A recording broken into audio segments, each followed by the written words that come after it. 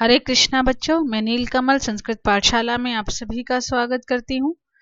बच्चों, अपनी आज की इस कक्षा में हम अपनी पाठ्य पुस्तक रुचिरा के तीसरे पाठ का अध्ययन करेंगे, जिसका शीर्षक है स्वावलंबनम अर्थात आत्मनिर्भरता। बच्चों, आपको ये वीडियोस कैसे लग रहे हैं आप कमेंट बॉक्स में अवश्य लिखें। जो नए बच्चे चैनल के साथ जुड़े हैं वो चैनल को सब्सक्राइब करें व बेल आइकन दबाएं ताकि आपको आने वाले वीडियोस या पाठों का नोटिफिकेशन मिलता रहे। तो चलिए बच्चों, शुरू करते हैं अपना पाठ स्वावलंबनम। हम अपनी आज की कक्षा में पाठ का सरलार्थ व अभ्यास कार्य अर्थात संपूर्ण पाठ का अध्ययन करेंगे।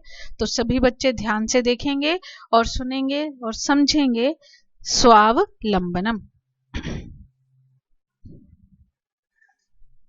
यहाँ पर दो मित्रों की कहानी के माध्यम से आत्मनिर्भरता का महत्व बताया गया है। कृष्णमूर्ति ही श्रीकंठः च मित्रे आस्ताम्। श्रीकंठस्य पिता समृद्धः आसीत्, अतः तस्य भवने सर्वविधानि सुख साधनानि आसन्। कृष्णमूर्ति और श्रीकंठ मित्रे आस्ताम्, दो मित्र थे। श्रीकंठस्य पिता, श्रीकंठ के पिता समृद्ध आसीत, धनवान थे। अतः इसलिए तस्य भवने, उनके भवन में अर्थात उनके घर में सर्वविधानि सब प्रकार के सुख साधन आसन थे। कृष्णमूर्ति और श्रीकंठ दो मित्र थे। श्रीकंठ के पिता धनवान थे, इसलिए उनके भवन में सब प्रकार के सुख साधन थे। तस्मिन् विशाले भवने 40 स्तंभा आसन्। तस्मिन्, उनके विशाले भवने, विशाल भवन में अर्थात बड़े घर में 40 स्तंभा आसन, खंभे थे। ये चित्र में जो आप देख रहे हैं इन्हें हम बोलते हैं स्तंभ। तो उन्होंने कहा कि उनके विशाल घर में इस प्रकार से ये 40 खंभे थे। तस्य 18 प्रकोष्ठेषु 50 गवाक्षाः, 44 द्वाराणि, 36 विद्युत व्यजनानि च आसन्। तत्र 10 सेवकाः निरन्तरं कार्यं कुर्वन्ति स्म। तस्य, उनके 18 प्रकोष्ठेषु कमरों में 50 गवाक्षाः खिड़कियां, 44 द्वाराणि दरवाजे और 36 विद्युत व्यजनानि, 30 अर्थात 36 विद्युत व्यजनानि बिजली के पंखे थे। उनके 18 कमरों में 50 खिड़कियां, 44 दरवाजे और 36 बिजली के पंखे थे। तत्र, वहां 10 सेवकाः, 10 सेवक निरंतरम, हमेशा कार्यं कुर्वन्ति, कार्य करते रहते थे। उनके घर में 10 सेवक थे और हर कार्य के लिए कोई ना कोई सेवक था जो हमेशा अपने अपने कार्यों में लगे रहते थे। बच्चों, इस लेसन के माध्यम से, इस पाठ के माध्यम से हम संख्यावाची शब्दों को भी सीख रहे हैं। आप देख रहे हैं कि किस प्रकार घर का वर्णन करते हुए संख्यावाची शब्दों का प्रयोग किया गया है। तो ना केवल हम आत्मनिर्भरता के बारे में जान रहे हैं, बल्कि हम यहाँ पर इस पाठ के माध्यम से संख्यावाची शब्दों को भी सीख रहे हैं। परम कृष्णमूर्ते माता पिता च निर्धनौ कृषक दंपति, तस्य गृहम् आडंबरविहीनम् साधारणं च आसीत्। परम, परंतु, कृष्णमूर्ते, कृष्णमूर्ति के माता पिता निर्धनौ, निर्धन, कृषक दंपति, किसान दंपति थे। अर्थात दंपति का अर्थ होता है पति पत्नी। किसान पति पत्नी थे और बिल्कुल साधारण थे। तस्य गृहम, उसका घर, आडंबर विहीनम, दिखावे से रहित, और साधारणम आसीत, साधारण था। उसका घर बिल्कुल साधारण था। उसके घर में कुछ ऐसा नहीं था कि बहुत सुंदर सुंदर कुछ सीनरीज या सजाने का सामान इस तरीके से हो, जो सुंदर पर्दे हों या पौधे हों, जिस तरीके से हम आज अपने घरों को सजाते हैं। तो उसका घर कैसा था? बिल्कुल साधारण, जिसमें कहीं कोई दिखावा नहीं था। एकदा श्रीकण्ठः तेन सह प्रातः नववादने तस्य गृहम् अगच्छत्। तत्र कृष्णमूर्तिः तस्य मातापिता च स्वशक्त्या श्रीकण्ठस्य आतिथ्यम् अकुर्वन्। एकदा, एक बार, श्रीकंठ तेन सह, उसके साथ अर्थात कृष्णमूर्ति के साथ, सुबह 9 बजे तस्य गृहम्, उसके घर गया। तत्र, वहां, कृष्णमूर्ति तस्य माता पिता च, वहां कृष्णमूर्ति और उसके माता पिता ने स्वशक्त्या, अपनी शक्ति के अनुसार, अपने सामर्थ्य के अनुसार, श्रीकंठस्य, श्रीकंठ का, आतिथ्यम, अतिथि सत्कार, अकुर्वन्, किया। एक बार श्रीकंठ उसके साथ सुबह 9 बजे उसके घर गया। वहां कृष्णमूर्ति और उसके माता पिता ने अपने सामर्थ्य के अनुसार श्रीकंठ का अतिथि सत्कार किया, अर्थात जैसे उनके घर की परिस्थिति थी, जो भी उनके घर में उपलब्ध सामग्री थी, उसके अनुसार उन्होंने कृष्णमूर्ति, श्रीकंठ का जो था अतिथि सत्कार किया।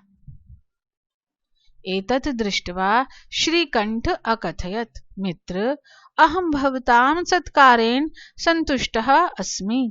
केवलम् इदम् एव दुःखं यत् तव गृहे एकः अपि भृत्यः नास्ति। मम सत्काराय भवतां बहु कष्टं जातं। मम गृहे तु बहवः कर्मकराः सन्ति। एतत् दृष्ट्वा, यह देखकर, श्रीकंठ अकथयत्, श्रीकंठ ने कहा, मित्र, हे मित्र, अहम, मैं, भवताम, तुम्हारे, सत्कारेण, सत्कार से, संतुष्टः, संतुष्ट, अस्मि, हूँ, संतुष्ट अर्थात प्रसन्न हूँ।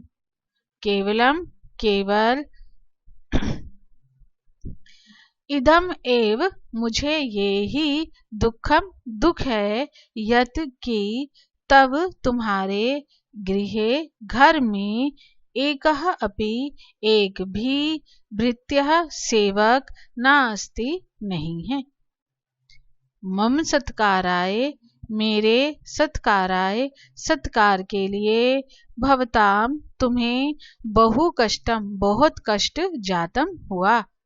मम गृहे, मेरे घर पर तो, बहवः, बहुत से, कर्मकराः सन्ति, काम करने वाले हैं।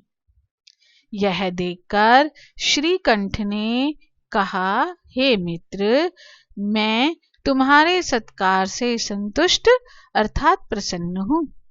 केवल मुझे ये ही दुख है कि तुम्हारे घर में एक भी सेवक नहीं है। मेरे सत्कार के लिए तुम्हें बहुत कष्ट हुआ। मेरे घर में तो बहुत से काम करने वाले हैं। तदा कृष्णमूर्ति ही अवदत्, मित्र, मम अपि अष्टौ कर्मकराः सन्ति। ते च द्वौ पादौ, द्वौ हस्तौ, द्वे नेत्रे, द्वे श्रोत्रे इति। एते प्रतिक्षणं मम सहायकः।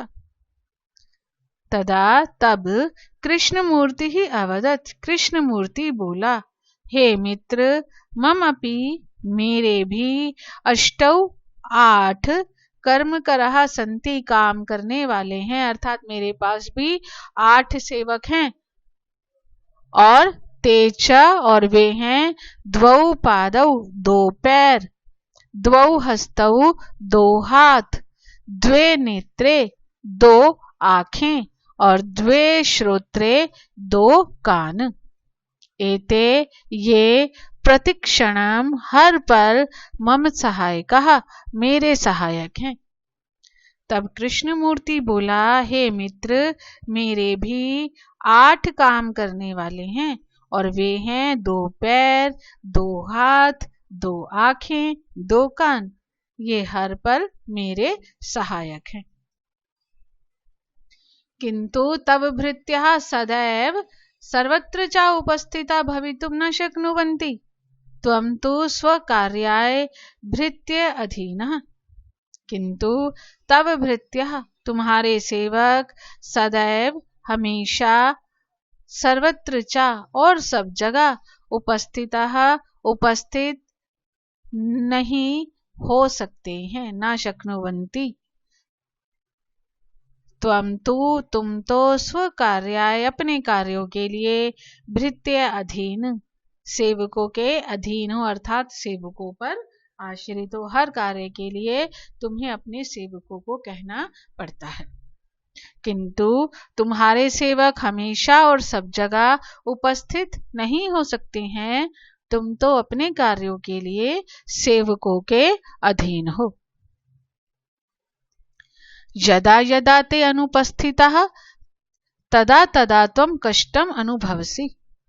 स्वावलंबने तु सर्वदा सुखम एव न कदापि कष्टम भवति। यदा यदा जब जब ते अनुपस्थितः वे अनुपस्थित होते हैं, एब्सेंट होते हैं, तदा तदा तब तब तुम्हें कष्ट होता है या तुम कष्ट का अनुभव करते हो। स्वावलंबने आत्मनिर्भरता में ही सर्वदा सुखम हमेशा सुख होता है। ना कदापि कष्टम भवति कदापि कभी भी कष्टम ना भवति कष्ट नहीं होता है। जब जब वे अनुपस्थित होते हैं तब तब तुम कष्ट का अनुभव करते हो। आत्मनिर्भरता में ही सदा सुख होता है, कभी कष्ट नहीं होता है। श्रीकंठः अवदत् मित्र तव वचनानि श्रुत्वा मम मनसि महती प्रसन्नता जाता। अधुना अहमपि स्वकार्याणि स्वयं एव कर्तुम् इच्छामि। भवतु सार्धद्वादशवादनमिदं साम्प्रतं गृहं चलामि। श्रीकंठः अवदत् श्रीकंठ बोला, हे मित्र तव वचनानि श्रुत्वा तब तुम्हारी वचनानी बातें श्रुत्वा सुनकर मम मनसी मेरे मन में महती बहुत प्रसन्नता जाता प्रसन्नता हुई है। अधुना अब अहमपि मैं भी स्वकार्याणि अपने काम स्वयं ही करना इच्छामि चाहता हूँ। भवतु अच्छा सार्ध द्वादशवादिनम अर्ध का अर्थ होता है आधा और द्वादश का अर्थ 12 अर्थात 12:30 बजे हैं। सांप्रतम अब गृहम चलामी मैं घर चलता हूँ। श्रीकंठ बोला, हे मित्र तुम्हारी बातें सुनकर मेरे मन में बहुत प्रसन्नता हुई है। अब मैं भी अपने कार्य स्वयं ही करना चाहता हूँ। अच्छा अभी 12:30 बजे हैं, अब मैं घर चलता हूँ। तो कृष्ण मूर्ति ने बड़े ही सुंदर ढंग से आत्मनिर्भरता के विषय में श्रीकंठ को समझाया कि किस प्रकार तुम हर कार्य के लिए सेवकों पर आश्रित हो और मैं अपने दोनों हाथों, पैरों और आंखों और कानों के द्वारा अपने सभी कार्य करता हूँ।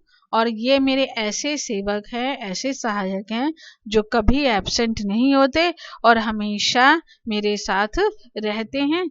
और तुम्हारे यदि सेवक एब्सेंट हो जाते हैं तो तुम्हारा सारा घर जो है वो अस्त व्यस्त हो जाता है, तुम्हें काम करने में कष्ट का अनुभव होता है। लेकिन मेरे साथ ऐसा नहीं है। और वो श्रीकंठ को बहुत अच्छे से ये बात समझा देता है कि हमें अपने काम स्वयं ही करने चाहिए। तो बच्चों ये है पाठ का सरलार्थ। अब हम शुरू करते हैं पाठ का अभ्यास अर्थात प्रश्नोत्तर।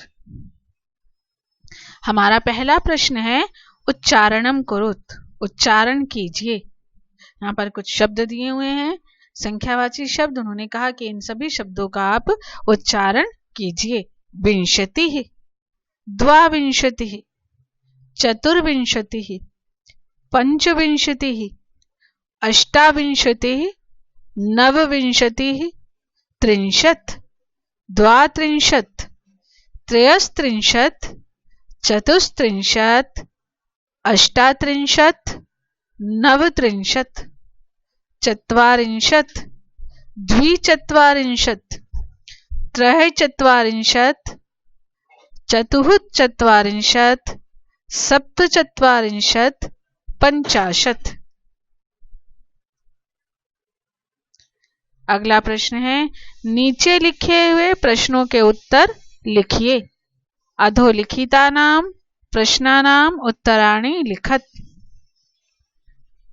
कस्य भवने सर्वविधानि सुख साधनानि आसन्।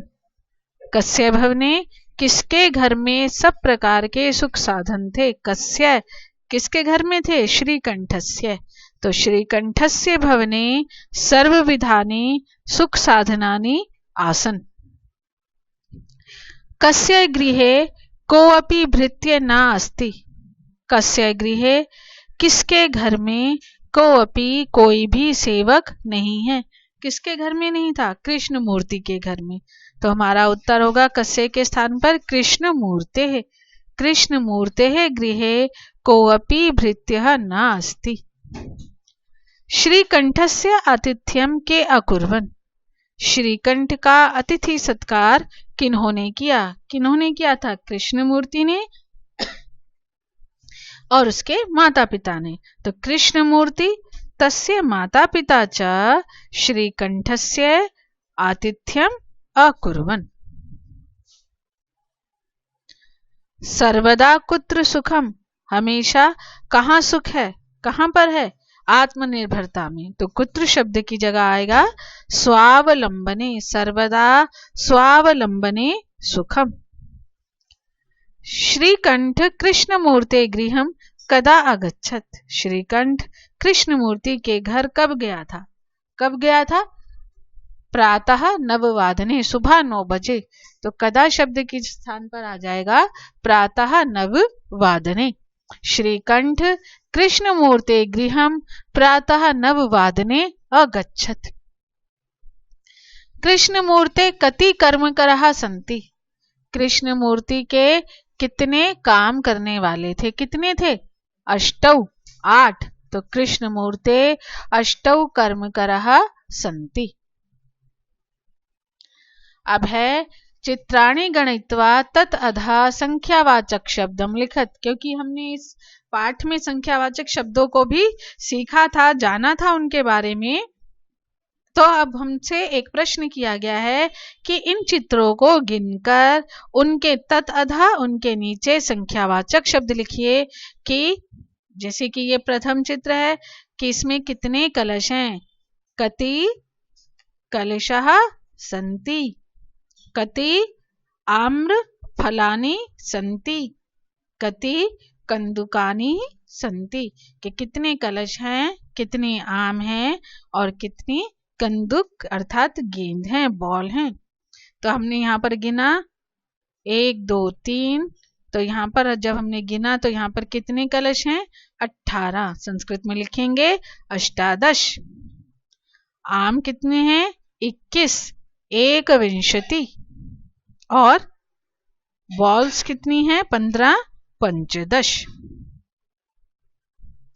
अब है यहाँ पर सिक्त वर्तिका अर्थात सिक्त वर्तिका। ध्यान से सुनिएगा बेटा, सिक्त वर्तिका। यहाँ पर मोमबत्ती दी हुई है, यहाँ पर कैंची है जिसको संस्कृत में बोलते हैं कर्तरी, और यहाँ पर पत्ते दिए हुए हैं अर्थात पत्राणी।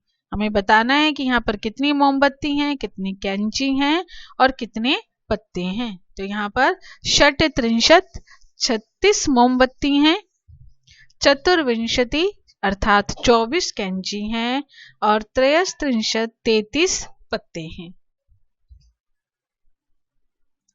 अब है मंजुषातः अंकानां कृते पदानि चिनुत। मंजुषा से अंकों के लिए शब्द चुनिए। हमें यहाँ पर ये अंक दिए हुए हैं, उन्होंने कहा इन अंकों के सामने मंजुषा से शब्द चुनिए कि किस अंक का क्या शब्द है। सबसे पहले है 28, उसके लिए है अष्टाविंशति। 30 63, 24 चतुर्विंशति, 50 50, 27 सप्तविंशति, 31 एकत्रिंशत् 40 चत्वारिंशत्। अभय चित्रं दृष्ट्वा मंजूषातः पदानि च प्रयुज्य वाक्यानि रचयत। चित्र को देखकर मंजूषा से शब्दों का प्रयोग करके वाक्य बनाइए। उन्होंने कहा कि ये चित्र दिया हुआ है, उस चित्र से संबंधित कुछ शब्द दिए हुए हैं, आपको इन सबको देखकर संस्कृत में छोटे छोटे वाक्य बनाने हैं कि इस चित्र में क्या हो रहा है। तो बेटा सबसे जरूरी चीज ये है कि वाक्य बहुत छोटे छोटे बनाने हैं। कर्ता, कर्म और क्रिया का ध्यान रखना है कि काम को करने वाला एक व्यक्ति है, दो व्यक्ति है या बहुवचन है, क्रिया एक वचन आएगी, द्विवचन आएगी या बहुवचन आएगी। तो छोटी छोटी बातों का ध्यान रखते हुए हमें बहुत छोटे छोटे वाक्य बनाने हैं ताकि हमारा गलती होने की संभावना जो है वो बहुत कम रहे। और बच्चों जब भी चित्र वर्णन करना हो तो सबसे पहला वाक्य हमेशा यही लिखिए कि यह चित्र किससे संबंधित है, अर्थात यह चित्र किसका है। तो चलिए देखते हैं और हम अपने वाक्य बनाते हैं। तो हमने देखा कि यह वह चित्र किसका था, खेत का। तो एतत् चित्रम कृषि क्षेत्रस्य अस्ति, यह चित्र खेत का है। एक किसान खेत को जोत रहा है, तो एकः कृषकः क्षेत्रं कर्षति। कृषकः द्वाभ्याम वृषाभ्याम क्षेत्रं कर्षति। द्वौ कृषकौ खनन कार्यं कुरुतः और त्रय कृषकः धान्यम रोपयन्ति। हमने चित्र में देखा कि 3 किसान धान रोप रहे हैं, 2 किसान खनन कार्य कर रहे हैं, धरती को खोद रहे हैं, और एक किसान जो खेत जोत रहा है और किनके द्वारा, 2 बैलों के द्वारा। अब है अधोलिखितान समयवाचकान अंकान पदेषु लिखत। नीचे लिखे हुए समयवाचक अंकों को शब्दों में लिखिए। यहाँ पर समय लिखा हुआ है, उन्होंने कहा कि इस समय को आपको किस में लिखना है, शब्दों में। उन्होंने उदाहरण देकर समझाया, जैसे 10:30 लिखा हुआ है तो आधे के लिए आया सा अर्ध और 10 के लिए आया 10, तो सा अर्ध 10 वादनम। आधे के लिए सा अर्ध, 10 के लिए 10 और बजे के लिए वादनम। तो क्या शब्द बना, सा अर्ध 10 वादनम। 7 सप्त वादनम। 2:30 सा अर्ध द्विवादनम। 11 एकादश वादनम। 4:30 सा अर्ध चतुर्वादनम। 1:30 सा अर्ध 1 वादनम। 5 पंचवादनम। 9 नववादनम। 12:30 सा अर्ध द्वादश वादनम। 8 अष्टवादनम। 7:30 सा अर्ध सप्तवादनम। तो हमें 1 से 12 तक संख्यावाची शब्दों का हम प्रयोग कर सकते हैं समय के लिए, क्योंकि 1 से 12 तक का समय होता है। 1 के लिए 1, 2 के लिए द्वि, 3 के लिए त्रि, 4 के लिए चतुर, 5 के लिए पंच, 6 के लिए षट, 7 के लिए सप्त, 8 के लिए अष्ट, 9 के लिए नव, 10 के लिए 10, 11 के लिए एकादश और 12 के लिए द्वादश। हमारा अगला प्रश्न है, मंजूषातः पदानि चित्वा रिक्त स्थानानि पूरयत। मंजूषा से शब्दों को चुनकर रिक्त स्थानों को पूरा कीजिए। संख्यावाची शब्द दिए हुए हैं, षड 6, त्रिंशत् 30, एकत्रिंशत् 31, द्वौ 2, द्वादश 12, अष्टाविंशति 28। ऋतवः भवन्ति, ऋतुएं होती हैं, कितनी होती हैं, षड 6। मासः भवन्ति, महीने होते हैं, कितने, 12, तो द्वादश। एक महीने में दिन होते हैं कितने, या तो 30 या फिर 31, त्रिंशत् या एकत्रिंशत्। फरवरी महीने में सामान्यतः दिन होते हैं कितने, 28, अष्टाविंशति। मम शरीरे हस्तौस्था, मेरे शरीर में हाथ हैं कितने? द्वौ, दो। तो बच्चों ये था हमारे पाठ का सरलार्थ और अभ्यास कार्य। सभी बच्चे ध्यान से पाठ के सरलार्थ को समझेंगे, अभ्यास कार्य को देखेंगे।